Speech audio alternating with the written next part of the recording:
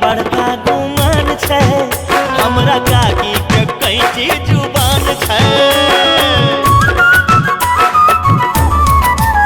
हमरा काका के बड़का गुमान छै, हमरा काकी के कैची जुबान छै। हमरा बाबा के टूटल दालान छै, तई बगही में दूगो मचान छै। एगो पर बैस के बीड़ी पिबई छै, दोसर पर चिल्लम उड़ान छै। एगो बकरी के एगो बकरी के एगो बकरी के दुईटा टांग छै, ओकरा पाछू में दूटा दोकान छै।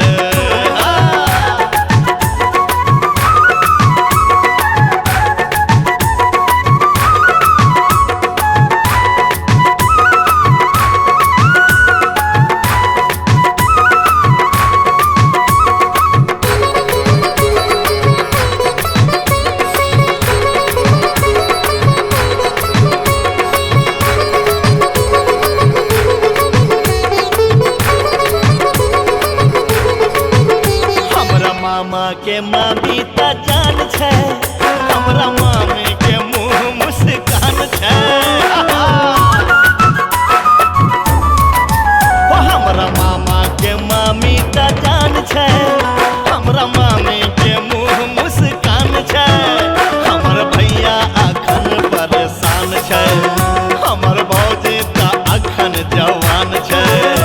अरे भौजी त देखै छै नवका सिनेमा, भैया त गाना पुरान छै। एगो बकरी के एगो बकरी के एगो बकरी के दुईटा टांग छै, ओकरा पाछू में दूटा दुकान छै।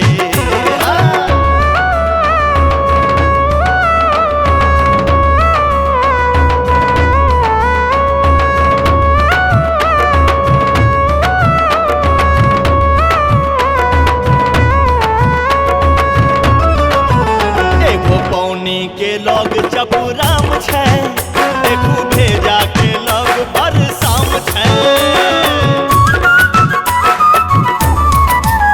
एगो पौनी के लग चपुराम छै, एगो भेजा के लग बरसाम छै। मधेपुर लग महिसाम छै, झंझारपुर लग आवाम छै। एगो के पूरब कोसी बहै छै, दोसर के कमला बलान छै। एगो बकरी के एगो बकरी के एगो बकरी के दुईटा टांग छै, ओकरा पाछू में दूटा दोकान छै।